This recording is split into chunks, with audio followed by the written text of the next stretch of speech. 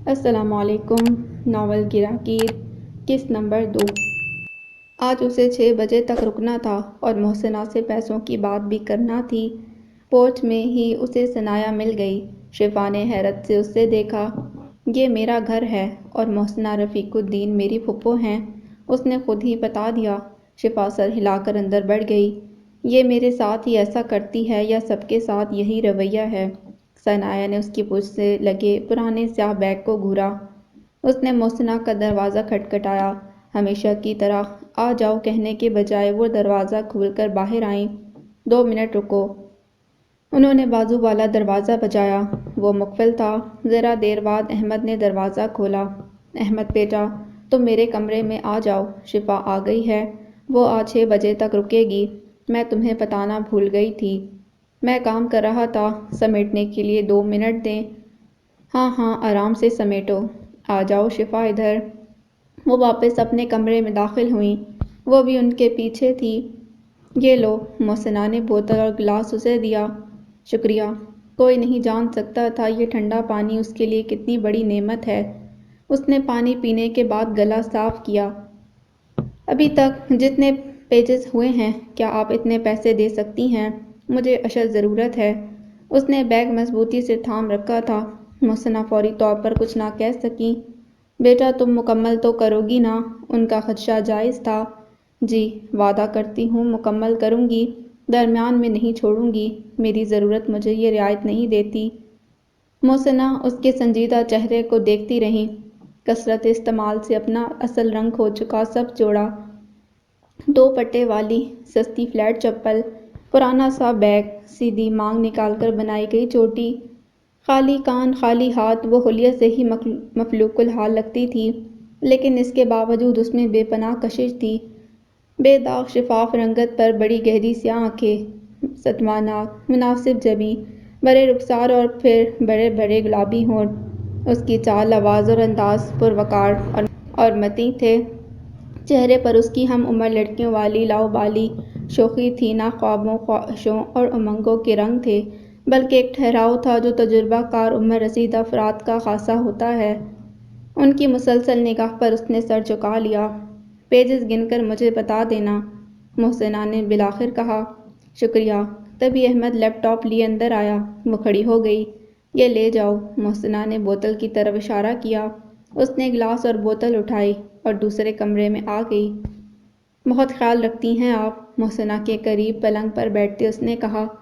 وہ بہت پانی پیتی ہے، وہ ہلکے سے ہنسی۔ وہ ایک تلخ جملہ کہتے کہتے رک گیا۔ پہلی بار کھڑکی پردوں سے بند تھی۔ اس نے پردے ہٹا کر بتی بجھائی۔ کھڑکی کے پٹ بھی بند تھے۔ کمرہ ذرا دیر پہلے بند ہوئے اے سی کی کولنگ کی گواہی دے رہا تھا۔ میز پر روز والے سامان کے علاوہ احمد کا بیگ بھی رکھا تھا۔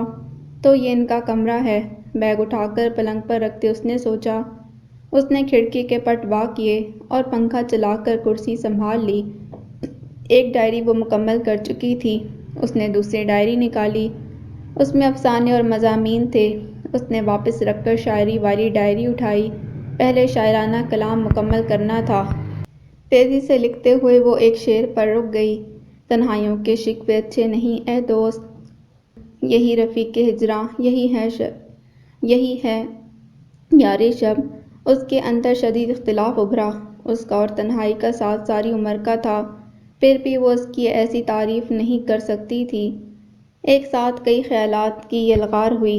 کچھ دیر قلم روکے وہ ضبط کرتی رہی، پھر کچھ سوچ کر بیگ سے اپنی کاپی نکالی اور اس پر لکھنے لگی۔ تنہائی نہ ساتھی ہے نہ اچھی ہے، یہ وہ دیمک ہے جو آہستہ آہستہ دل کا وہ حصہ چاٹتی ہے جس میں امنگیں اور خواہشیں جنم لیتی ہیں۔ یہ وہ آری ہے جو وجود کی ان گہری جڑوں پر چلتی ہے جو بندے کو امید اور یقین سے باندھ کر رکھتی ہیں۔ تنہائی وہ بوجھ ہے جو سر اٹھا کر آسمان کی روشنی دیکھنے دیتا ہے، نہ قدم آگے بڑھانے دیتا ہے۔ تنہائی جس کے ساتھ چمٹ جائے اس کی زندگی میں سیاہی کو ہر درد اور شگاف سے داخل ہونے کا پروانہ مل جاتا ہے۔ تنہائی کو وہی انجوائے کرتے ہیں جنہیں کچھ وقت کے لیے اسے اپنے گلے لگانے اور پھر دور کر دینے کی مراعات حاصل ہو، جن کے ساتھ یہ ان کی مرضی اور خواہش کے بنا دائمی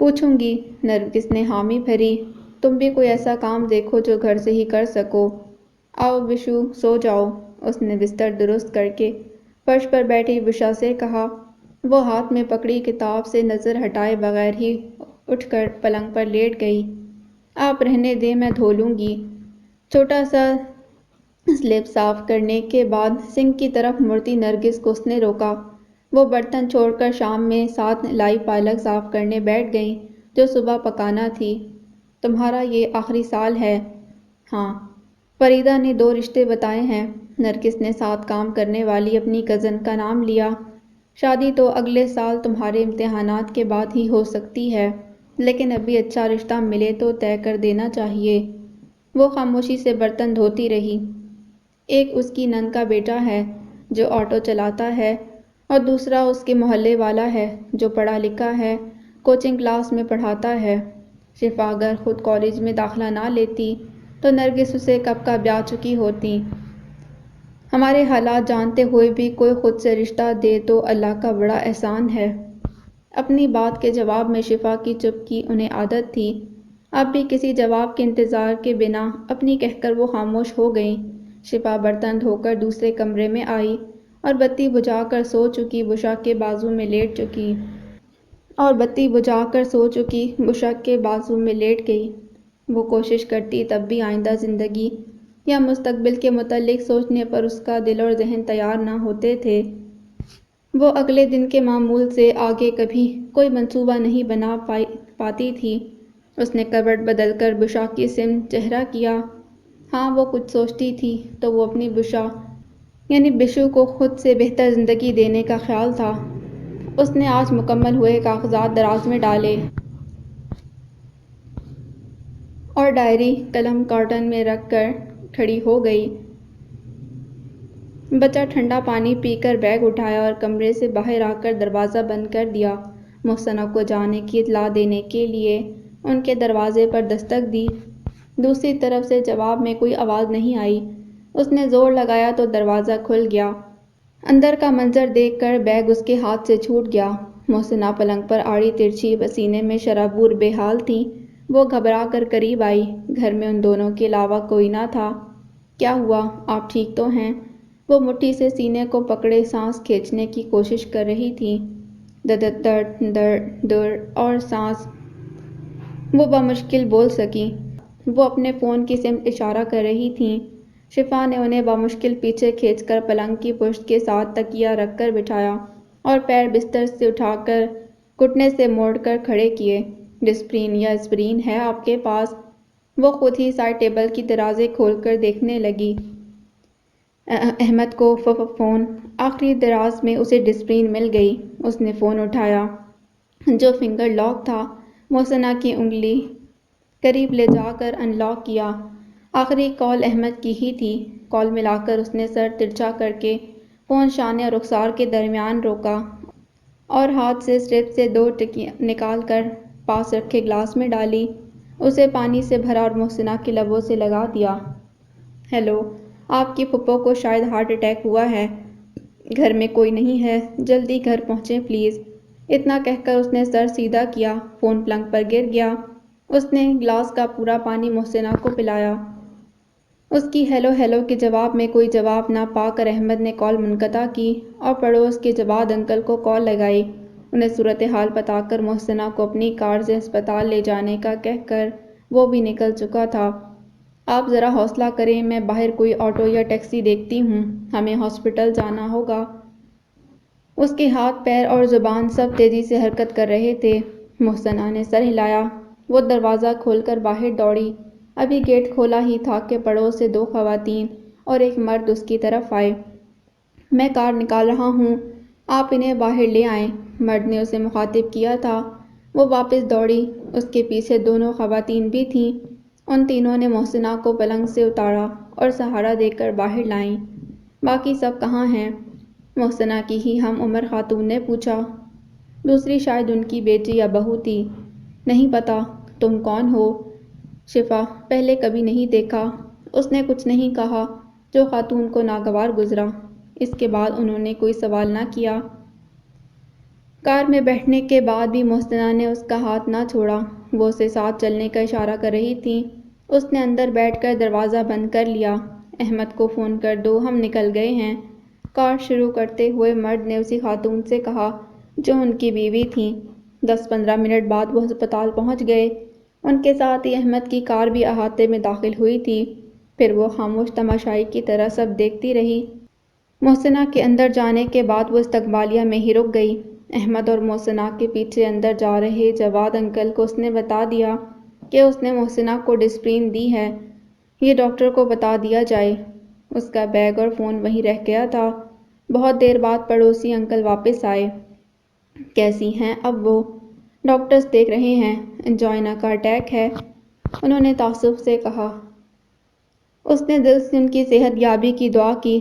اسے سمجھ میں نہیں آ رہا تھا وہ واپس گھر چلی جائے یا رکی رہے۔ تبھی احمد بھی ادھر آیا۔ بہت شکریہ جواد انکل، اس نے ان سے مصافحہ کرتے ہوئے شکریہ ادا کیا۔ یہ تو پڑوسیوں کا فرض ہے، ویسے باقی سب کہاں ہیں؟ سب کامٹی گئے ہیں کسی انگیجمنٹ میں۔ انہیں فون کیا؟ نہیں، آپ کر دیں۔ اس نے حیرت سے اسے دیکھا۔ سیاہ پینٹ، ڈارک گرے شرٹ، سیاہ بیلٹ، سیاہ جوتے، فولڈڈ آستینیں، قیمتی گھڑی، سلیقے سے جمے بال۔ وہ مردوں کی فارمل ڈریسنگ اشتہار کا ماڈل لگ رہا تھا اور اخلاقیات صفر۔ اپنے گھر والوں کو اطلاع دینے کے لیے بھی پڑوسی کو کہہ رہا تھا۔ اسے یہ ماڈل بندہ انتہائی خود پسند اور مغرور لگا۔ اپنے محسن کا شکریہ بھی ایسے تکلف سے ادا کر رہا تھا جیسے کوئی پیشہ ورانہ معاہدہ نبھا رہا ہو۔ کچھ بھی کام یا ضرورت ہو تو بلا جھجک فون کر لینا۔ جی، ایک بار پھر شکریہ۔ وہ دونوں مخالف سمتوں میں مڑ گئے تو وہ جو ان کے دائرہ نظر سے پرے تھی چونکی اور جواد انکل کے پیچھے بھاگی۔ آپ واپس گھر جا رہے ہیں؟ ہاں، انہوں نے رک کر اسے دیکھا۔ مجھے بھی لے چلیں، میرا سامان وہیں ہے، آؤ۔ آگے بڑھتے ہوئے انہوں نے کہا۔ کار سٹارٹ کرنے سے پہلے انہوں نے ایک کان میں ایئرپوڈ لگایا اور سڑک پر آنے کے بعد کال ملائی۔ ان کی باتوں سے اس نے اندازہ لگایا کہ وہ محسنہ کے بھائی سے بات کر رہے ہیں۔ جواد انکل کے گھر کی خواتین انہیں خبر کر چکی تھیں۔ وہ سب احمد کو کال کر رہے تھے مگر وہ اٹھا نہیں رہا۔ غیر ذمہ دار اور بے حس۔ ساری گفتگو احمد کے لیے مزید خطاب کی موجد بنی۔ مسز جواد اور اپنے دروازے میں ہی کھڑے تھے۔ میرا بیگ اور فون اندر ہی ہے، دروازہ لاک تو نہیں؟ اس نے گیٹ سے اندر جانے سے پہلے پوچھا۔ دروازہ بند کیا تھا، لاک نہیں ہے۔ محسنہ کے کمرے میں آ کر اس نے فرش سے بیگ اٹھایا، اسی میں فون بھی تھا۔ باہر آ کر اس نے پڑوسیوں کو اپنے جانے کا بتایا اور نکل گئی۔ گھر پہنچی تو مغرب کی اذان ہو رہی تھی۔ ڈاکٹر کی اجازت کے بعد وہ محسنہ سے ملنے اندر گیا تو انہوں نے سب سے پہلے شفا کا پوچھا اور اسے اس وقت یاد آیا کہ فون پر وہی تھی۔ پتہ نہیں پھپھو، شاید چلی گئی ہو، میں نے دیکھا نہیں۔ جواد انکل کے ساتھ شاید، یا اکیلے ہی۔ وہ بچی نہ ہوتی تو جانے کیا ہوتا۔ چند منٹوں میں ہی اس نے تمہیں فون کیا، مجھے ڈسپرین دی اور آٹو روکنے باہر بھاگی تھی۔ ڈاکٹر انہیں فوری تدابیر کی افادیت بتا چکے تھے۔ میرا فون بھی گھر پر ہی ہے، وہ اسے کال کرنا چاہ رہی تھیں۔ میں فون لے آؤں گا، آپ تب بات کر لیجئے گا۔ کیوں ابھی گھر نہیں جانا؟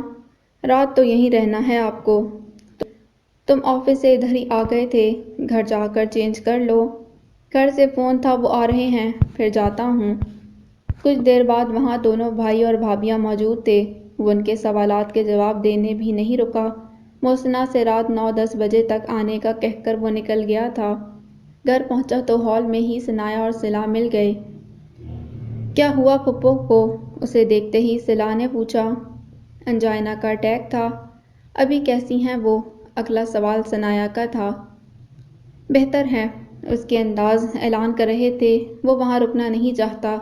صبح جانے سے انکار کیا تبھی کہہ رہی تھیں طبیعت ہلکان لگ رہی ہے، ثنایا نے کہا۔ وہ اپنے کمرے کی طرف بڑھ گیا۔ وہ ہماری بھی اکلوتی پھپھو ہیں، ہمیں بھی فکر ہے، بندہ تسلی نہ سہی تفصیل ہی بتا دے، صلہ نے ناگواری سے کہا۔ رات صلہ کمرے میں آیا۔ آپ کو ابو بلا رہے ہیں۔ وہ اسپتال جانے کی تیاری کر رہا تھا۔ آتا ہوں۔ وہ یوں ہی کھڑا رہا تو احمد کو کہنا پڑا۔ ان کے بیچ ہمیشہ تکلف اور اجنبیت حائل رہتی تھی، جیسے ابھی ابھی ملے ہو۔ وہ سر ہلا کر چلا گیا۔ سب کا سامنا کرنے کا تصور ہی اسے بے آرام کر دیتا تھا۔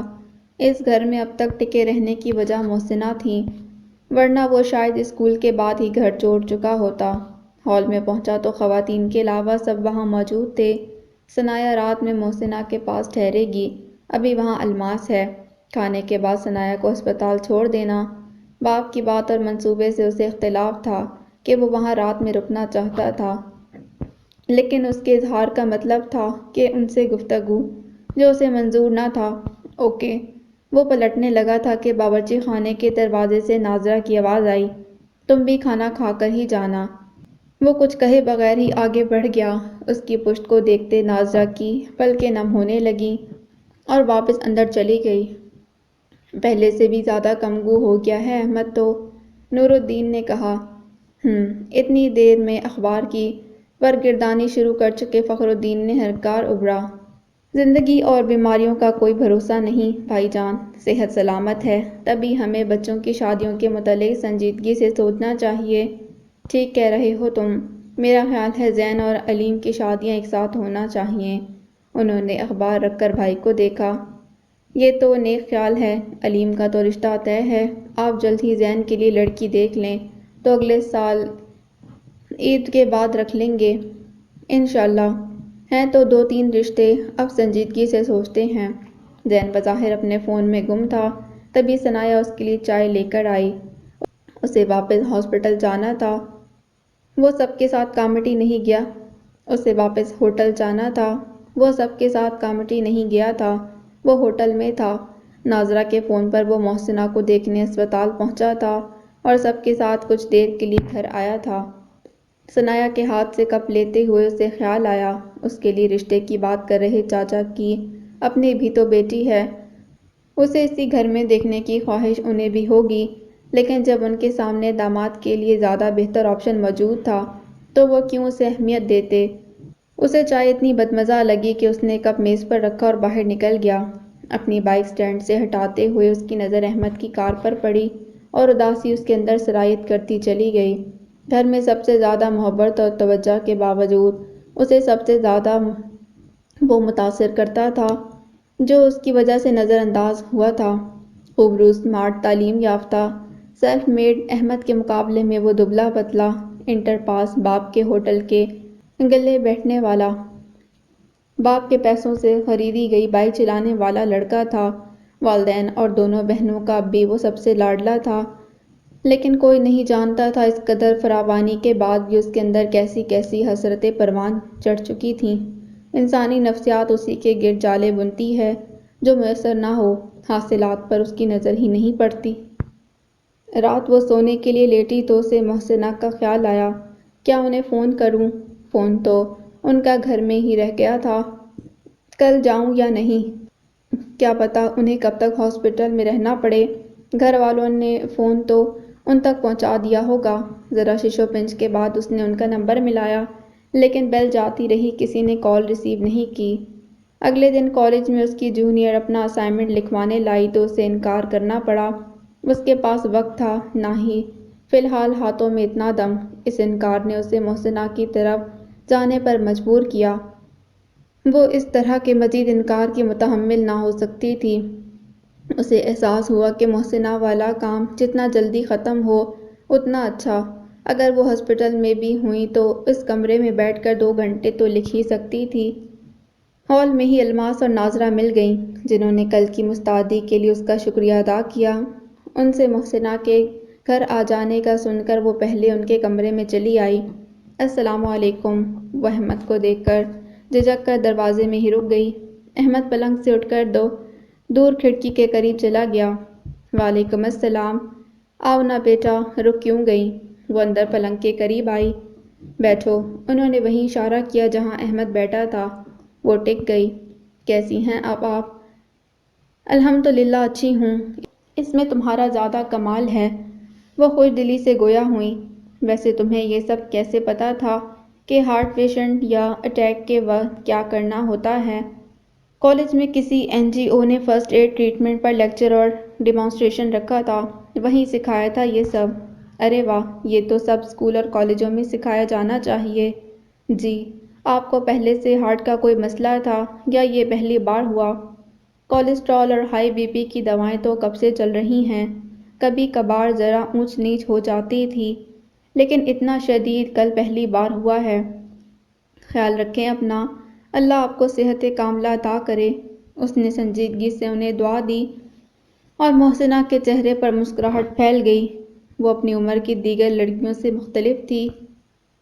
تمہارا بہت شکریہ بیٹا، تم نہ ہوتی کل تو میں اکیلی کیا کرتی۔ مجھے شرمندہ نہ کریں، یہ تو بس اللہ کو آپ کی مدد کروانا تھی۔ آپ آرام کریں۔ وہ کھڑی ہوئی۔ محسنہ نے اسوات میں سر ہلایا۔ وہ کمرے سے باہر چلی گئی۔ میز پر تمہارا سامان تو نہیں پھیلا ہے؟ انہوں نے احمد سے پوچھا۔ نہیں، وہ واپس اپنی جگہ آیا۔ ہماری بات رہ گئی تھی، آپ کو روز آدھا گھنٹہ واکنگ کرنی ہے اور روز فجر کے بعد میرے ساتھ چلیں گی آپ۔ اس کا لہجہ حتمی تھا۔ دیکھتے ہیں، وہ ٹال رہی تھیں۔ کل سے جم جانے سے پہلے آپ کے ساتھ واک پھر جم۔ انہیں اچانک یاد آیا، پانی کی بوتل کا کہا نہیں تھا۔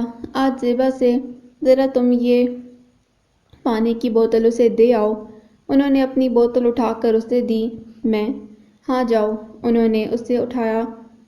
اس نے اپنے ہی کمرے کے دروازے پر دستک دی۔ شفا کو لگا اس کا وہم ہے۔ ذرا انتظار کے بعد دوسری تیز دستک سے وہ خود ہی دروازہ کھول کر اندر آ گیا۔ شفا کرسی سے کھڑی ہو گئی۔ وہ کمرے کا مالک اور مکی جو تھا۔ احمد نے آگے آ کر میز پر بوتل رکھی اور واپس چلا گیا۔ اس نے اپنے پیچھے دروازہ بھی بند کیا تھا۔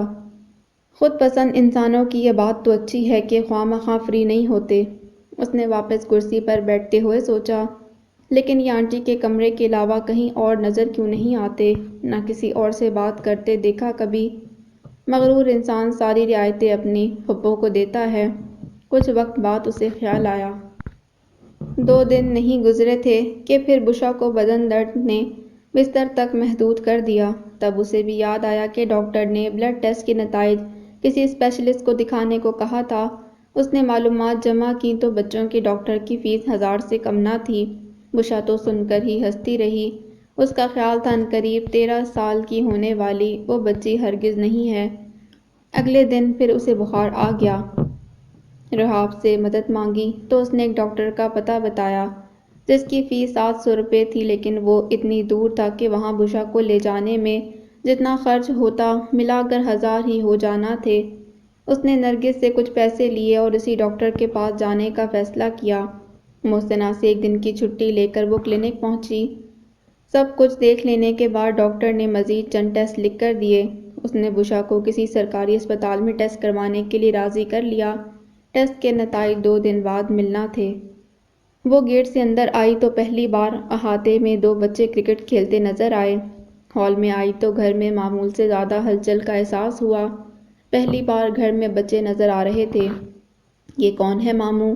وہ ہال سے گزرنے لگی تو 6 سالہ شہناز نے اس کا راستہ روک کر صلا سے سوال کیا۔ یہ پھپھو یعنی نانی کے کام سے آتی ہیں؟ صلا نے اسے کھینچ کر اس کے راستے سے ہٹایا۔ آپ جائیں، وہ کمرے میں ہیں۔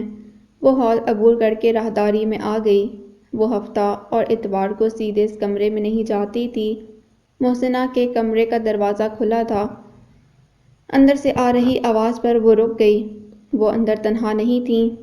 میں جانتی ہوں بیٹا، میری محبت اور توجہ کافی نہیں۔ پھپھو، میں آج جو ہوں، جس مقام پر ہوں، جتنی کامیابی حاصل کر سکا ہوں، صرف آپ کی توجہ اور محبت کی وجہ سے۔ اس کے لہجے میں سنجیدگی اور سچائی تھی۔ میں جسمانی صحت، تعلیمی کامیابی اور اچھی جاب کی بات نہیں کر رہی ہوں بیٹا۔ مجھے تمہارے اندر جذباتی ذہنی آسودگی اور خوشی دیکھنا ہے۔ تم مجھ سے جھوٹ نہیں کہہ سکتے۔ انہوں نے اس کی گال پر ہاتھ رکھا۔ تمہاری آنکھوں میں مجھے تنہائی کا کرب نظر آتا ہے احمد۔ پھپھو، اس نے گال پر رکھا ان کا ہاتھ ہٹا کر اپنے دونوں ہاتھوں میں تھاما۔ کچھ چیزیں ہمارے اختیار میں نہیں ہوتیں۔ وہ ان کے لیے مسکرایا۔ آپ اس کے لیے خود کو اداس نہ کریں میرے بچے۔ میں نے بھی تنہا زندگی گزاری ہے، بہت سوں سے، بہت اچھی، آرام دہ، کسی فکر اور پریشانی کے بنا۔ پھر بھی کہہ رہی ہوں یہ آسان نہیں۔ میں نہیں چاہتی تم بھی اس راستے کا انتخاب کرو۔ پھر مجھ میں اور تم میں فرق ہے۔ وہ کہنا نہیں چاہتی تھی لیکن کوئی چارہ بھی نہیں تھا۔ مجھے والدین اور بھائیوں کی بھرپور توجہ اور محبت حاصل تھی جس نے مجھے بالکل تنہا نہیں ہونے دیا جیسے تم ہو گئے ہو۔ میری زندگی میں وہ محرومیاں نہ تھیں جو تمہاری زندگی میں ہیں۔ اسے ان سے اس حقیقت بیانی اور صاف گوئی کی امید نہ تھی، اسی لیے تم میرے نقش قدم پر چلنے کا نہ سوچو۔ ویسے یہ میری پہلی چوائس نہیں تھی۔ وقت گزرنے کے بعد مجھے صحیح وقت پر درست فیصلے اور سمجھوتے کی سمجھ آئی۔ تب تک تنہا رہنا میری مجبوری ہو گئی تھی، پھر تم نے آ کر میری زندگی رنگین، سہل اور شاد کر دی۔ ان کے چہرے پر مطمئن سا تبسم بکھر گیا تھا۔ ان کی یہ دیانت داری اور حق گوئی ہی تھی کہ وہ ان پر مکمل جاتا تھا۔ دیگر معاملات کی طرح اس کے لیے ان سے بات کرنا مشکل نہیں ہو پایا تھا۔ تم ایسی زندگی منتخب نہ کرو بیٹا۔ اپنا گھر بساؤ، وہاں خوش رہو، کسی سے محبت کرو، کسی کی محبت محسوس کرو۔ اس نے سر جھکا لیا۔ تم کیوں انکار کر رہے ہو؟ سچ سچ بتاؤ۔ وہ اس کی واحد دوست بھی تھیں۔ مجھے محبت کرنا نہیں آتا پھوپھو۔ رشتے، تقاضے اور توقعات یہ سب میرے لیے ایلین ہیں۔ میں ایسی ہی زندگی کا عادی ہوں۔ آپ کے کہنے پر کئی بار سوچا لیکن میں خود کو اس قابل نہیں سمجھتا۔ میرے ساتھ بننے والے کی زندگی میں بھی مشکل ہو جائے گی۔ اس کے ساتھ زیادتی ہوگی۔ کیا آپ کو لگتا ہے خود کے متعلق اتنا پر یقین ہوتے ہوئے بھی مجھے یہ بات مان لینی چاہیے صرف اس لیے کہ یہ دنیا کا دستور ہے؟ اسے ایک دم احساس ہوا اور وہ اتنی دیر سے غیر اخلاقی حرکت کی مرتکب ہو رہی ہے۔ اس نے کھلے پٹ پر بند انگشت سے دستک دی۔ کون؟ محسنہ نے پوچھا۔ وہ قدم بڑھا کر ان کے قریب آئی۔ السلام علیکم۔ وعلیکم السلام۔ میں تو بھول ہی گئی تھی۔ ان کا ہاتھ اب بھی احمد کے ہاتھوں میں تھا۔ آج عمائزہ اور افانہ آئی ہیں۔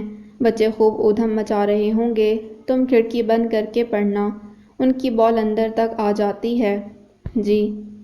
میں اپنا لیپ ٹاپ لے آتا ہوں۔ احمد کھڑا ہوا۔ وہ راستے سے ہٹ گئی۔ وہ باہر چلا گیا۔ یہ پانی لے لو۔ انہیں سائڈ ٹیبل کی طرف اشارہ کیا۔ شکریہ، آپ اس کا بہت خیال رکھتی ہیں۔ اس نے آگے آ کر بوتل اٹھائی۔ میرے ابا کو بھی بہت پیاس لگتی تھی۔ ہر جگہ ساتھ پانی لے جاتے تھے۔ گھر سے نکلتے وقت انہیں بوتل دینے اور ان کے گھر میں داخل ہوتے ہی پانی لے کر ان کے پاس بھاگنے کی عادت تھی مجھے۔ بیٹیوں کی کتنی ہی عمر ہو جائے، باپ کا ذکر کرتے ان کے اندر سے باپ کی لاڈلی چھوٹی سی بچی جھانکنے لگتی ہے۔ ابو زندہ ہوتے تو کیا میرا ان کا رشتہ بھی ایسا ہی خوبصورت ہوتا؟ اسے خیال آیا۔ اس کے ذہن میں باپ کے ساتھ کی ساری یادیں اچھی اور خوشگوار تھیں۔ ان کی شفقت اور محبت کا احساس اب بھی اس کے اندر زندہ تھا۔ وہ اکثر سوچتی تھی، ان حالات میں جب ساری سچائی عیاں ہو چکی ہے، ان کا برتاؤ اور فیصلہ کیا ہوتا؟ اس کے اندر ہر حال میں باپ کو رعایت دینے والی بیٹی کی روح تھی۔ حقیقت پسندی سے سوچنے اور تجزیہ کرنے کے بعد بھی اس کے اندر باپ کے لیے منفی جذبہ نہیں ابھرتا تھا۔ بیٹھ جاؤ، انہوں نے کہا۔ نہیں ٹھیک ہوں۔ آپ کی طبیعت کیسی ہے اب؟ الحمدللہ ٹھیک ہے۔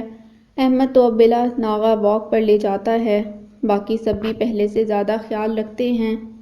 تبھی وہ اپنا لیپ ٹاپ اور ہیڈ فون لیے واپس آیا۔ جاؤ، محسنہ نے کہا۔ اندر داخل ہوتے ہی اسے ٹھنڈک کا احساس ہوا۔ کھڑکی پر پردے کھینچے تھے، بتیاں جل رہی تھیں اور اے سی آن تھا۔ مجھے محبت کرنا نہیں آتا پھوپھو۔ اس کے کانوں میں جیسے سرگوشی ہوئی۔ وہ پرسوچ سے سست قدم اٹھاتی میز تک آئی تھی۔ ٹیسٹ کے نتائج لے کر اگلے دن وہ بشرا کے بغیر ہی ڈاکٹر کے پاس چلی گئی اور ڈاکٹر نے جو کہا وہ اس کی چھوٹی سی دنیا میں زلزلہ برپا کر گیا۔ آپ کی بہن کو عام بھاشا میں کہیں تو بلڈ کینسر ہے۔ یہ بچوں میں اکثر ہوتا ہے۔ آپ کی بہن کو جو ہے وہ یعنی ALL ایکیوٹ لیکومک لائمفیبلاسٹک ہے۔ لیوکیمیا کی اس قسم کا علاج ممکن ہے۔ اس کے لیے شرط ہے کہ علاج میں دیر نہ ہو۔ اچھی بات آپ کی بہن کی عمر ہے، ابھی فوراً ٹریٹمنٹ شروع کریں تو۔ اس کا دماغ کینسر سن کر ہی سائیں سائیں کرنے لگا تھا۔ آگے کی بات اسے سمجھ ہی نہیں آ رہی تھی۔ بڑی مشکلوں سے اس نے خود کو سنبھالا اور ڈاکٹر سے ڈھیروں سوال اور جواب کر کے ڈاکٹر سے سب کچھ سن کر کلینک سے باہر آئی تو اس میں چلنے کی بھی توانائی نہیں بچی تھی۔ وہ قریب ہی پیڑ کی چھاؤں میں فٹ پاتھ پر بیٹھ گئی۔ اچھی بات یہ ہے کہ اس کا مکمل علاج ممکن ہے۔ وشی ٹھیک، بالکل ٹھیک ہو جائے گی۔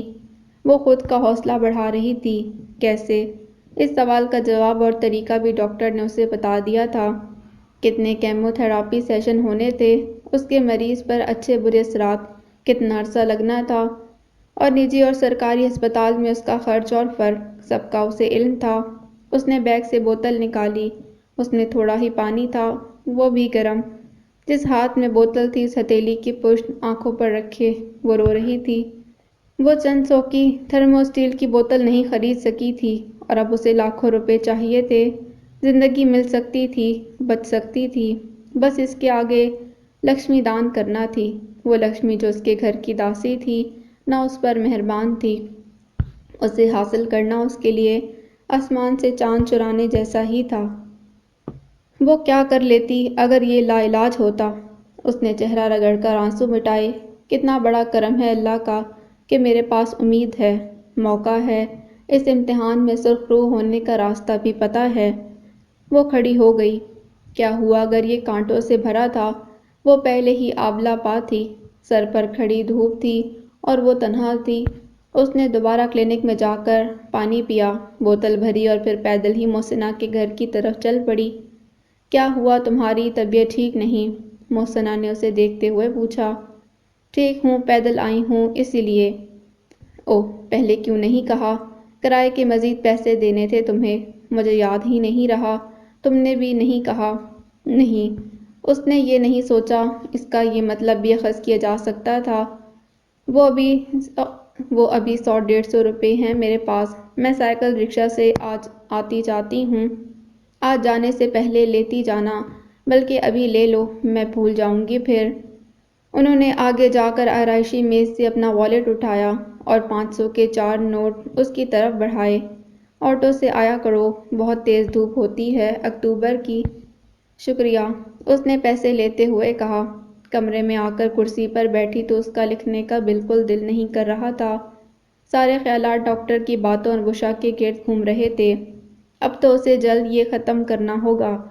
اب وہ اتنا وقت کہیں اور نہیں دے سکتی تھی۔ پیسوں کی کمی اور تنگی کے باوجود اس کے اندر بہت سارا پیسہ کمانے کا لالچ یا مل جانے کا خواب کبھی نہیں رہا۔ اسے بس بشا کی ضروریات اور خواہشوں کے لیے پیسے درکار ہوتے تھے۔ عید بقرعید پر جو کپڑے چپلیں نرگس خریدتی تھیں، وہ انہیں ہی سال بھر چلاتی۔ اسے محنت کے بعد ملنے والے پیسے ہاتھ میں دیکھ کر خوشی ہوتی تھی، اپنے کارآمد ہونے کا احساس ہوتا تھا۔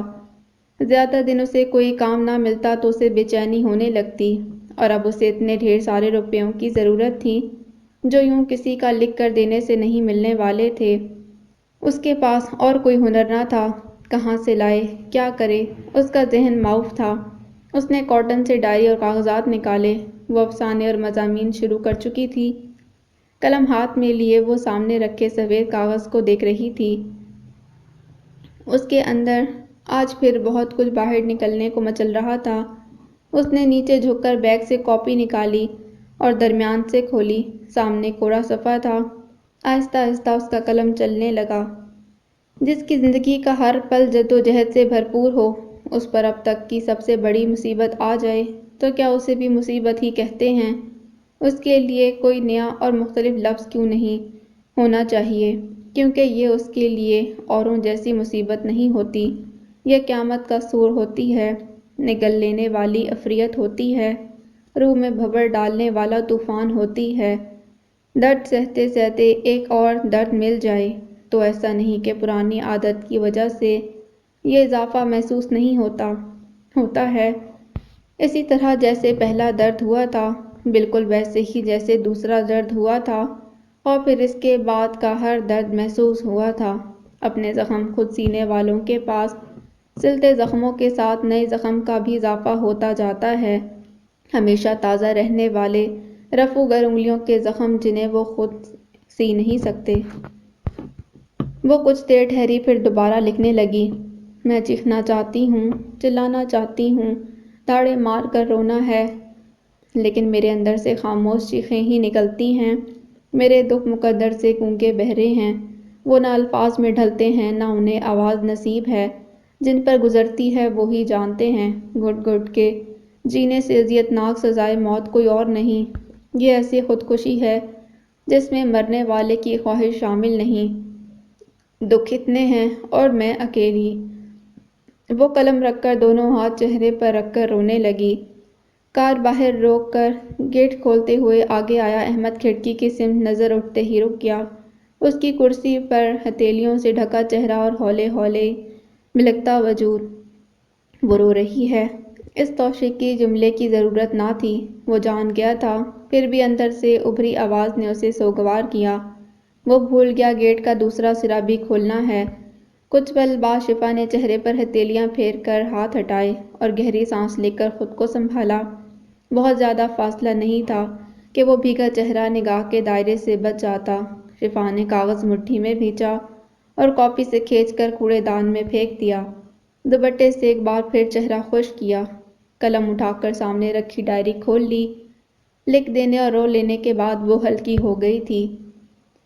احمد نے پیچھے جا کر گیٹ دوسرے حصے کے ساتھ لگا کر بند کیا اور باہر کھڑی کار میں بیٹھ کر کار آگے بڑھا لے گیا، اس بات سے بے خبر کہ اوپر کے دریچے سے کسی نے اس کی ہمیشہ بے تاثر اور سپاٹ دکھائی دینے والے چہرے پر ایک نیا منظرنامہ پڑھ لیا ہے، اور اس منظر کی وجہ اس کے کمرے کی کھڑکی ہے، یہ بھی جان گیا ہے۔ رات گھر پہنچ کر کمرے میں آتے ہی پہلا کام اس نے کوڑے دان میں جھانکنے کا کیا۔ مڑا توڑا کاغذ کھولتے ہی وہ کرسی پر بیٹھ گیا۔ اس نے گھر میں بشرا اور نرگس کو کچھ نہیں بتایا۔ بشرا نے رپورٹس کا پوچھا تو کہہ دیا کہ آج نہیں لا سکی، کل جاؤں گی۔ اگلے دن صبح صبح کالج جانے کی بجائے وہ بشرا کی فائل لے کر سرکاری اسپتال چلی گئی۔ ملازمین کے آنے اور کاؤنٹر کھلنے سے پہلے ہی قطار میں ہونے کے بعد بھی انتظار اور ڈپارٹمنٹ گھوم کر بالآخر وہ اکاؤنٹس اور بلنگ والوں کے پاس پہنچی۔ وہاں اس کی ماہانہ آمدنی پوچھنے کے بعد اسے خوشخبری دی گئی کہ کسی سرکاری اسکیم کے تحت بشرا کا علاج مفت میں ہو جائے گا۔ اسکیم سے فائدہ اٹھانے کے لیے اسے دستاویز کی ایک فہرست دی گئی جو ضروری تھی۔ نرگس کی فیکٹری اور مقامی وارڈ آفس سے لیٹر، بینک پاس، آدھار کارڈ وغیرہ کے ساتھ فہرست میں درج راشن کارڈ پر وہ رک گئی۔ یہ تو ان کے پاس ہی نہیں تھا، اسے اس کے متعلق زیادہ علم بھی نہ تھا۔ ہسپتال سے باہر نکل کر اس نے وقت دیکھا، 10 بجنے والے تھے۔ کالج جانے پر 2 کلاس مشکل سے ملتی، لیکن اسے راشن کارڈ کے متعلق رحاب سے بہت کچھ پوچھنا تھا، اسی لیے وہ کالج چلی گئی۔ رحاب نے کل اپنے ڈیڈی اور بھائی سے پوچھ کر بتانے کا وعدہ کیا۔ شام سے ہی بشرا کے ہاتھ پیر میں اتنا درد شروع ہوا کہ وہ رونے لگی۔ ٹیوشن کے بچوں کو جلدی چھٹی دے کر وہ اسے ڈاکٹر کے پاس لے گئی۔ وہاں بڑا رود ہو کر اس نے انجیکشن لیا۔ وہ بہت چڑچڑی اور بد مزاج ہو رہی تھی۔ وہ اس کی ناراضی سہتی اس کی دلجوئی میں لگی رہی۔ پچکار کر اپنے ہاتھوں سے اسے کھانا کھلایا، پھر اسے کہانی سنانے لگی۔ کہانی سنتے سنتے ہی اس کی آنکھ لگ گئی۔ دواؤں اور انجیکشن کا اثر تھا کہ وہ جلد ہی خراٹے لینے لگی۔ وہ بھی تھک گئی تھی، اس کے ساتھ لیٹے لیٹے اس کی بھی آنکھ لگ گئی تھی۔ رات کے کسی پہر نرگس نے اسے اٹھایا۔ شفا، اٹھو، تمہاری عشاء باقی ہے اور کھانا بھی۔ وہ آنکھیں ملتی اٹھ بیٹھی، پہلے عشاء کی نماز ادا کی، پھر کھانا لے کر بیٹھی۔ کھانا کھا کر باورچی خانے سے دوسرے کمرے میں آئی تو نرگس نے کہا، تم بشرا کے اتنے نخرے اٹھا کر اسے نازک مزاج بنا رہی ہو۔ اس کی طبیعت ٹھیک نہیں ہے امی۔ اس نے دوپٹہ رسی پر لٹکایا، ورنہ وہ ایسا نہیں کرتی۔ یہ سب چلتا رہتا ہے، ذرا سا بخار اور درد میں وہ اتنا واویلا مچا دیتی ہے، اور تم بھی ہر بار اس سے ڈاکٹر کے پاس لیے دوڑتی ہو۔ اسے لگا حقیقت بتا دینا چاہیے، آخر وہ ماں ہیں۔ امی، وہ فرش پر بچھے نرگس کے بستر کے قریب بیٹھ گئی۔ ڈاکٹر نے جو ٹیسٹ کروائے تھے ان میں سے کچھ اسپیشلسٹ کو بتانے کو کہا تھا۔ اس کی آواز دھیمی تھی۔ میں وہ رپورٹس لے کر گئی تھی اسپیشلسٹ کے پاس، انہوں نے کہا کہ بشرا کو لیوکیمیا یعنی بلڈ کینسر ہے۔ نرگس جو لیٹ چکی تھی فوراً اٹھ بیٹھی۔ پریشانی والی بات نہیں، اس نے جلدی سے کہا۔ ڈاکٹر نے کہا ہے یہ لا علاج نہیں، خوشی اچھی ہو جائے گی، بس اس کا علاج لمبا اور مہنگا ہے بہت۔ آپ فکر نہ کریں، وہ میں شفا۔ نرگس کی کانپتی آواز پر وہ رک گئی۔ یہ ہونا ہی تھا، مجھے اسی کا ڈر تھا، اسی لیے اللہ سے اتنی معافی مانگتی تھی۔ ہمیں بد دعا لگی ہے، سزا ملی ہے یہ۔ وہ خود کلامی کے انداز میں بڑبڑا رہی تھیں۔ دل دکھانے، گھر اجاڑنے کی سزا، یہی ہمارا مقدر ہے اب۔ میری بچی میرے گناہوں کی سزا کاٹے گی، یا اللہ مجھے دے دی ہوتی یہ بیماری۔ دنیا کا کوئی لفظ، کوئی جملہ اس وقت شفا کی کیفیت بیان کرنے لائق نہیں تھا۔ وہ بے یقین سی ماں کو دیکھ رہی تھی۔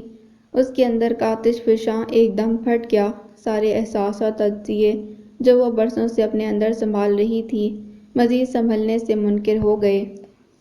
باہر نکلیں اس خیالی دنیا سے امی، آنکھیں کھولیں اور اپنے آس پاس دیکھیں، ہمیں دیکھیں، غور سے دیکھیں۔ ہم جیتے جاگتے انسان ہیں، آپ کی سزا نہیں، کسی کی بد دعا نہیں۔ وہ دور جا کر کھڑی ہو گئی۔ آپ کیسے مہتاب کی ہر بات پر ایمان لا سکتی ہیں؟ آپ کو خود پر بھروسہ نہیں، اللہ کے انصاف پر یقین نہیں۔ یہ اللہ کا انصاف ہی تو ہے شفا۔ نرگس کی آواز درد میں ڈوبی تھی۔ اللہ کے فیصلوں اور سزا اور جزا کا تعلق نیت سے ہے امی۔ جو بے خبری میں ہو، اس میں آپ کی نیت کیسے غلط ہو سکتی ہے؟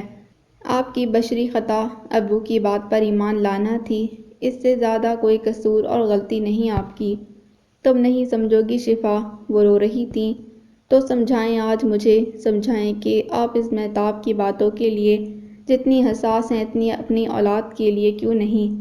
اس کی باتوں کا جتنا اثر لیا اتنا ہماری تکالیف کا کیوں نہیں؟ جو ہوا اس میں آپ کی کوئی خطا نہیں تھی، قصوروار ابو تھے یا… بس۔ نرگس نے کانوں پر ہاتھ رکھ کر اسے روکا۔ اول فول مت بکو، انہیں کچھ نہ کہو، تم بچی ہو، نہیں سمجھو گی میری تکلیف، میرا درد، پچھتاوا، احساس جرم۔ کون سا احساس جرم؟ وہ بپھر کر پھر نیچے نرگس کے مقابل بیٹھ گئی۔ آپ جانتی تھی ابو شادی شدہ ہیں، آپ نے جان بوجھ کر دوسری بیوی بننا قبول کیا، اس سے یہ حقیقت نہیں بدل سکتی۔ میری وجہ سے ایک ہنستا بستا گھر برباد ہوا، وہ بچے ٹوٹ گئے، بکھر گئے۔ امی، کاش آپ سمجھ جائیں کہ وہ گھر اور بچے مہتاب کے نہیں آپ کے ہیں، جو برباد ہو گئے، اجڑ گئے۔ مہتاب کی باتوں نے آپ کی نفسیات ایسی الجھائی ہے کہ آپ اپنی غیر ذمہ داری، کوتاہی اور خود غرضی دیکھ ہی نہیں رہیں۔ آپ اللہ سے گڑ گڑا کر جس گناہ کی معافی مانگتی ہیں وہ آپ کے نامہ اعمال میں درج ہی نہیں۔ حشر میں آپ سے سوال مہتاب اور اس کی اولاد کا نہیں، آپ کی اولاد کا ہوگا۔ مہتاب جو کچھ آپ سے کہتی رہی، وہ ابا کا غصہ ہے، اسے مہلت نہیں ملی کہ وہ ان پر اپنا غصہ اور نفرت انڈیل سکتی، اس لیے یہاں آ کر پھنکارتی ہے۔ اور آپ، عظیم عورت، اور سارا زہر نکل لیتی ہیں۔ اس زہر سے نیلے پڑتے اپنے بچے کبھی نظر ہی نہیں آتے۔ آپ وکٹم ہیں۔ ظلم، دھوکہ آپ کے ساتھ بھی ہوا تھا۔ 2 گھر برباد ہونے کی وجہ ابو ہیں، دھوکہ سب کو انہوں نے دیا۔ تم… مرحوم اور محبوب شوہر کے لیے بیٹی کے منہ سے یہ الفاظ سن کر وہ تڑپ اٹھیں۔ اپنے باپ کے لیے کیسے الفاظ استعمال کر رہی ہو، جو اس دنیا سے جا چکے، انہیں برا نہیں کہتے، سچ ہر حال میں کہنا ہوتا ہے۔ یہ کسی کے ہونے نہ ہونے سے مشروط نہیں ہوتا، اور نہ یہ سچ زبان سے ادا کرنے کے بعد اپنے باپ کے لیے میری محبت ختم ہو جائے گی۔ وہ دونوں ہی ایک دوسرے کی مکمل بات نہیں سن رہی تھیں۔ ابو نے اپنے گھر والوں اور اپنی بیوی بچوں کو اندھیرے میں رکھ کر آپ سے شادی کی، بچے پیدا کیے، آپ اور نانی سے جھوٹ کہا کہ ان کے گھر والے راضی نہیں ہو رہے، اور آپ بے وقوفی کی حد تک معصوم ان سب پر ایمان لے آئیں۔ اتنے سال تک وہ گھر والوں کو منا ہی رہے تھے۔ صرف اتنا ہی نہیں، اس کے بعد آپ مہتاب کی سنتی رہیں اور اس پر بھی ایمان لے آئیں۔ یہ کبھی نہیں سوچا کہ آپ سے ملنے سے پہلے ابو اور مہتاب کا گھر ہنستا بستا تھا بھی یا نہیں، کہیں ان کی زندگی میں مسائل پہلے سے تو موجود نہ تھے۔ ابو کی دوسری شادی کرنے کی وجہ کہیں مہتاب تو نہ تھی؟ اپنا گناہ، اپنا پچھتاوا، اپنا کفارہ، اپنی توبہ، ان سب میں 2 بیٹیاں کہاں رکھیں آپ نے؟ ہماری تکالیف، بیماریاں، تنگی، انہیں بھی تو آپ نے اپنی سزا میں گنا کہ جو ہو رہا ہے ٹھیک ہو رہا ہے، ایسا ہی ہونا چاہیے، ہم اسی قابل ہیں۔ ماں تو ڈھال ہوتی ہے، زمانے کے سرد اور گرم خول سے روک لینے والی، بچوں کی حفاظت کرنے والی۔ آپ نے بس 2 وقت کی روٹی اور سر پر چھت دینے کی ذمہ داری نبھائی، ماں کے فرائض نہیں۔ ہم یتیم ہوئی تھیں، آپ نے یسیر بھی بنا دیا۔ اس نے کھڑے ہو کر رسی سے اپنا دوپٹہ کھینچا۔ آپ سے اچھی ماں مہتاب ہے امی، جو اپنے تئیں اپنی اولاد کے دشمنوں کا جینا حرام کیے ہے۔ نرگس کا دل پھٹ گیا۔ یہ کون سا رخ تھا؟ پچھتاوے، احساس جرم اور کرب کے سمندر میں ڈوبے نرگس کا سر بیٹی نے کھینچ کر باہر نکالا تھا، اور سامنے کا یہ بدلہ منظر وہ پہلی بار دیکھ رہی تھیں۔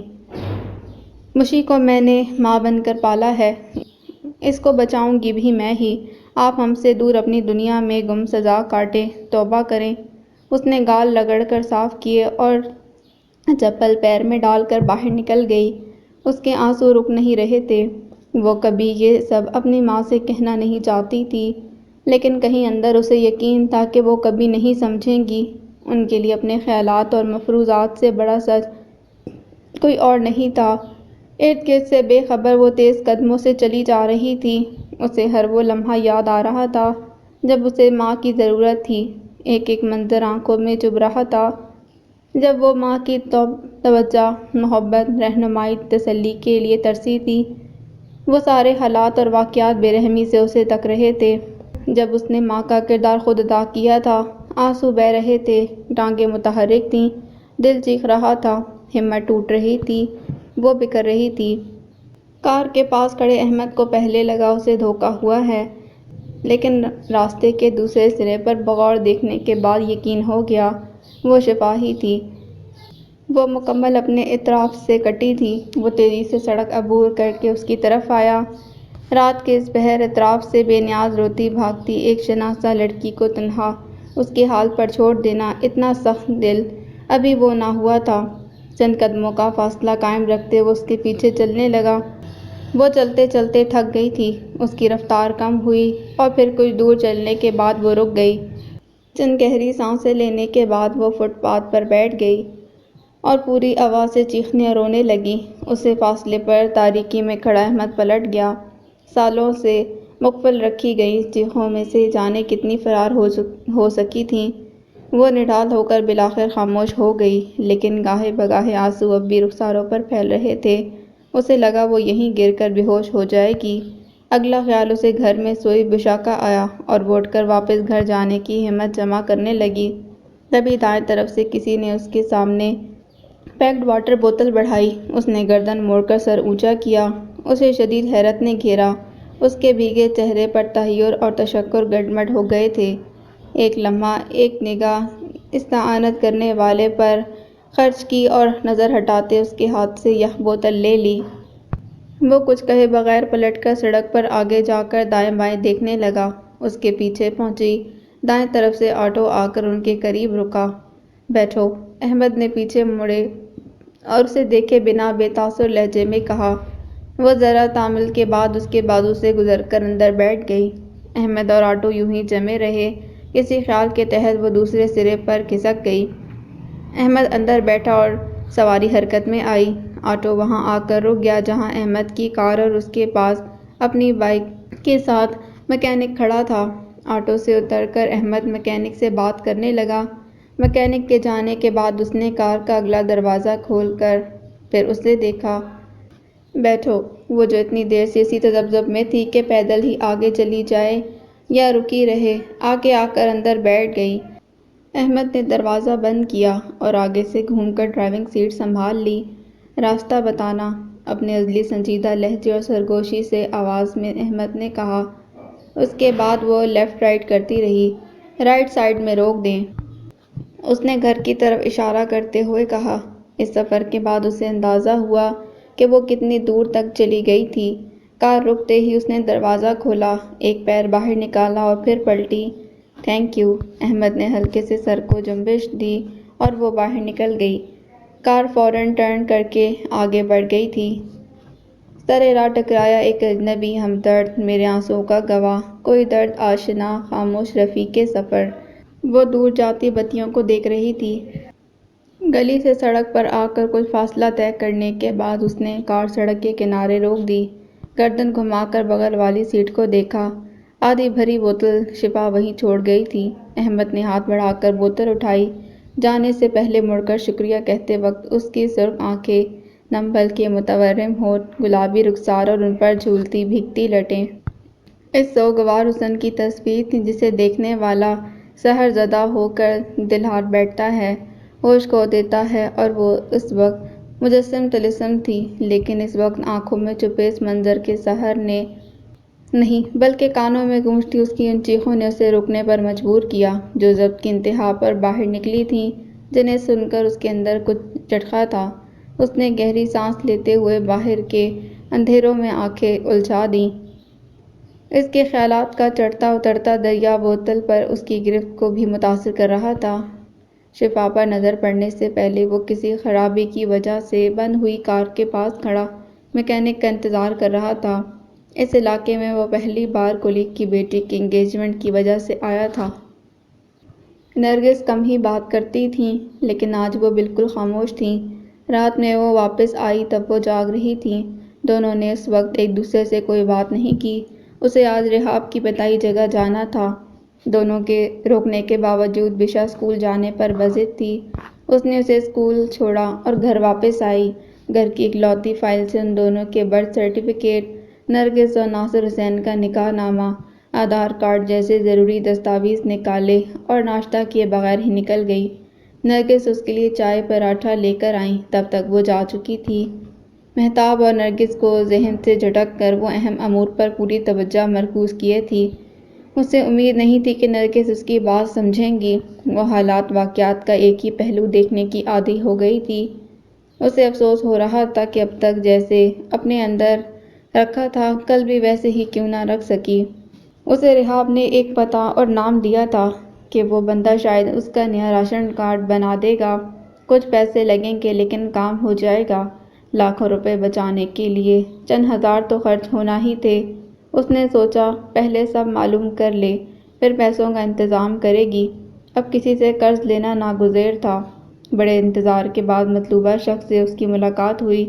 اس نے اسے سب بتا دیا کہ باپ کی فیملی کے راشن کارڈ میں ان کا نام نہیں ہے۔ وہ دوسری بیوی کی اولاد ہیں۔ اب انہیں اپنا الگ راشن کارڈ بنانا ہے، وہ بھی سطح غربت سے نیچے والا۔ اس نے پوچھا اچانک ابھی کیوں ضرورت پڑ گئی؟ تو اس نے ایمانداری سے وہ بھی بتا دیا کہ اس راشن کارڈ کی بنیاد پر اسے سرکاری اسکیم سے علاج کے پیسے ملیں گے۔ اس شخص نے اس کے دستاویزات کی زیراکس کاپی اپنے پاس رکھ لی اور اسے 3-4 گھنٹے بعد آنے کو کہا۔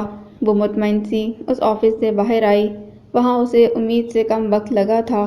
3-4 گھنٹے بتانے کے لیے اس نے محسنہ کو فون کر کے اس وقت آنے کی بابت پوچھا۔ کوئی مسئلہ نہیں، آ جاؤ۔ ان کا جواب سن کر وہ آٹو سے ادھر چلی آئی۔ اپنے خیال میں گم وہ دروازہ کھول کر اندر آئی۔ پہلے پردے کھینچ کر کھڑکی کے پٹ وا کیے، پھر بیگ فرش پر رکھا، کارٹن سے ڈائری، قلم اور کاغذ نکال کر میز پر رکھے اور کرسی پر بیٹھ گئی۔ پیچھے پشت ٹکا کر کچھ دیر کھڑکی سے باہر دیکھتی رہی، پھر جھک کر بیگ کے سائیڈ سے بوتل نکالی۔ وہ پلٹتی یا اس کی موجودگی سے باخبر ہوتی۔ اس سے پہلے احمد نے کھلی الماری سے ٹی شرٹ کھینچی اور احتیاط سے پہن لی۔ اس کا استری شدہ شرٹ پلنگ پر تھا۔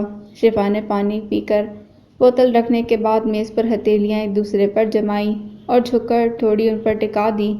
اس کمرے میں آ کر پھر اسے کل رات یاد آ گئی تھی۔ وہ رات بستر پر لیٹی بھی یہی سب سوچتی رہی جو اس وقت سوچ رہی تھی۔ اس کے ہر عمل کے لیے اس کے اندر بہت سارے کیوں تھے، اور پھر یہ کیوں کے جواب میں سمجھ نہ آنے والی سرگوشیاں تھیں۔ ان کے علاوہ بھی کچھ تھا جو اس کے لیے نافہم تھا۔ وہ کیا ہے؟ اسے کیا نام دے؟ یہ دنیا میں پہلے سے موجود کوئی احساس تھا یا اس کے اندر پہلی بار جاگا تھا؟ اور دنیا میں ایک نئے احساس کے موجد کل رات کے وہ کچھ منٹ، مختصر سفر اور چند الفاظ تھے۔ اس کے اندر تیرتا، اس کے آس پاس اڑتا نیا سا جانے کیا تھا، مگر اسے اچھا لگ رہا تھا۔ دنیا سے مخفی یہ احساس، یہ جذبہ صرف اس کا تھا۔ کل کچھ خاص اس ساری کائنات میں پہلی بار اس کے ساتھ ہوا۔ اس نے گھاتھ ہتھیلیوں پر رکھتے گردن ایک طرف کی اور اسے پلنگ پر رکھی سیاہ شرٹ نظر آئی۔ یہ سب سیاہ ہی کیوں؟ اس نے سوچا اور اگلے پل شرٹ کی موجودگی کا جواز سمجھ میں آتے ہی ہڑبڑا کر کھڑی ہو گئی۔ اس نے مٹھیاں اور آنکھیں بیچ کر خود کو فوری رد عمل اور پیچھے پلٹنے سے روکا۔ احمد نے آگے آ کر پلنگ سے شرٹ اٹھا لی تھی۔ سوری۔ وہ کرسی گھسکا کر باہر نکلی اور دروازے کی طرف جانے لگی۔ رکو۔ اس کی آواز سنی ہی تھی کہ وہ سن ہو گئی۔ وہ شرٹ ہاتھ میں لیے اس کے سامنے آیا۔ میں کسی کام آ سکتا ہوں؟ شفا نے پہلی بار نظر اٹھا کر اسے دیکھا۔ اس مغرور اور خود پسند کی آنکھیں اسے بہت مانوس لگیں۔ انہیں میرا مسئلہ پتہ ہے، شفا نے سوچا۔ کیا وہ مجھے بتائے گی؟ احمد نے سوچا۔ پہلا موقع تھا کہ ایک دوسرے کی آنکھوں میں آنکھیں ڈالے روبرو تھے اور ان کی آنکھوں نے ایک دوسرے میں الجھتے ہوئے مزاحمت کی، نہ انہیں نگاہیں پھیرنے کی جلدی تھی۔ تبھی دروازہ کھلا اور کمرے میں پھیلی طلسم کی چادر میں شگاف پڑا۔ محسنہ اور اس کے پیچھے ٹرے لیے ثنایا تھی۔ اندر کا منظر دیکھ کر اس کا منہ کھلا ہی رہ گیا۔ کیا میری چھٹی حس اسی لمحے کے اشارے دے رہی تھی؟ احمد اپنی جگہ سے ہٹ کر میز کی طرف بڑھ گیا۔ شفا کے چہرے سے ہٹتے ہوئے اس کی آنکھوں کا تامل ثنایا سے چھپ نہ سکا۔ آگاہی کو ایک لمحہ ہی درکار ہوتا ہے۔ دروازہ کھلنے اور محسنہ کے اندر داخل ہونے میں سیکنڈز لگے تھے اور وہی کافی تھے تینوں کے لیے۔ ارے شفا آ گئی، محسنہ نے کہا۔ احمد کے جانے تک میرے کمرے میں ویٹ کر لو بیٹا۔ جی۔ وہ ثنایا کے قریب سے نکل کر باہر چلی گئی۔ میز پر رکھ دو بیٹا، آج زیبا نہیں آئی۔ انہوں نے ملازمہ کی غیر حاضری کا احمد کو بتایا۔ میز پر ٹرے رکھتے وہ فرش پر بیگ اور میز پر بوتل دیکھ چکی تھی۔ محسنہ کے کمرے میں انگلیاں مروڑتی شفا زندگی میں پہلی بار چند لفظوں میں الجھی تھی۔ وہ خائف تھی، لیکن کیوں؟ اسے خوشی بھی ہو رہی تھی، لیکن کیوں؟ کالج پہنچتے ہی ثنایا نے ریحاب کو ڈھونڈا تھا۔ وہاں سے چند گھنٹے بعد جب شفا واپس راشن کارڈ والے بندے کے پاس پہنچی تو صبح والی امید اور خوشی دم توڑ گئی۔ وہ اپنی سادگی میں اسے جو سب بتا گئی تھی وہی اس کی غلطی تھی۔ اس نے اسے سارا منصوبہ بتایا، کس ہسپتال سے علاج کروانا ہے، وہاں کیسے بل بنے گا، کتنا پیسہ ملے گا اور اس میں اس کا حصہ کتنا ہوگا۔ اسے پہلے سمجھ ہی نہیں آیا کہ وہ کیا کہہ رہا ہے۔ کوئی کیسے علاج کے لیے ملنے والی رقم میں بھی اپنا حصہ مانگ سکتا ہے؟ اسے دینے کے بعد وہ یہ کمی کہاں سے پوری کریں گی؟ آپ کو باقی 70% تو مل رہا ہے نا؟ اس نے جواب دیا۔ اس کام کے 50,000 اور اس رقم سے 30% اسے ہی اکٹھا کرنے تھے۔ اس نے اپنے دستاویزات کی زیراکس اس سے واپس لی اور وہاں سے نکل گئی۔ اسے اندازہ ہو گیا تھا اس فراڈ میں وہ تنہا نہیں، ہسپتال کا عملہ بھی شامل ہے۔ وہ سارا راستہ روتی رہی۔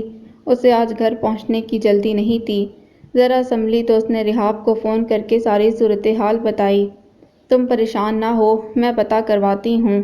کئی NGOs اور ادارے بھی ہیں جو مدد کرتے ہیں، اس نے تسلی دی۔ ویسے شفا وہ رک گئی۔ کہو، تمہارے ابو کی پہلی فیملی کے پاس تو راشن کارڈ ہوگا ہی، تم اس میں بھی تو نام ایڈ کر سکتی ہو۔ ویسے بھی راشن کارڈ فیملی ہیڈ کے نام سے بنتا ہے اور جیسے جیسے ممبرز بڑھتے ہیں یعنی بہو اور گرینڈ چائلڈ اس میں ایڈ ہوتے جاتے ہیں۔ اگر تمہارے ابو نے اپنی فیملی کا الگ نہیں بنوایا تھا تو تمہارے نام دادا کے راشن کارڈ میں بھی تو ایڈ ہو سکتے ہیں۔ میرے دادا نہیں ہیں، ان کے بعد جو ہیڈ ہے یعنی دادی یا پھر تایا ان کے نام سے ہوگا۔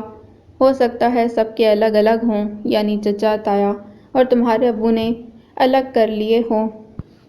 مجھے یہ سب نہیں معلوم ریحاب۔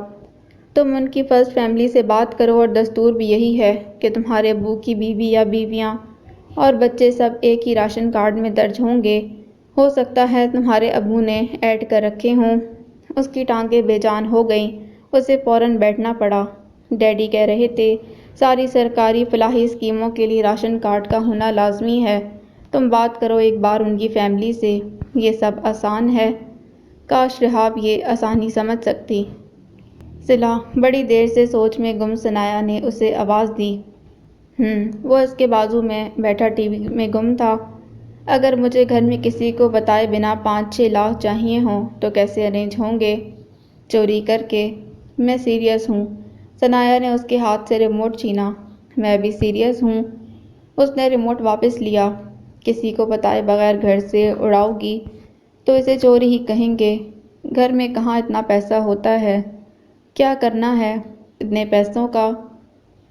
ویسے ہی بیٹھے بیٹھے خیال آیا۔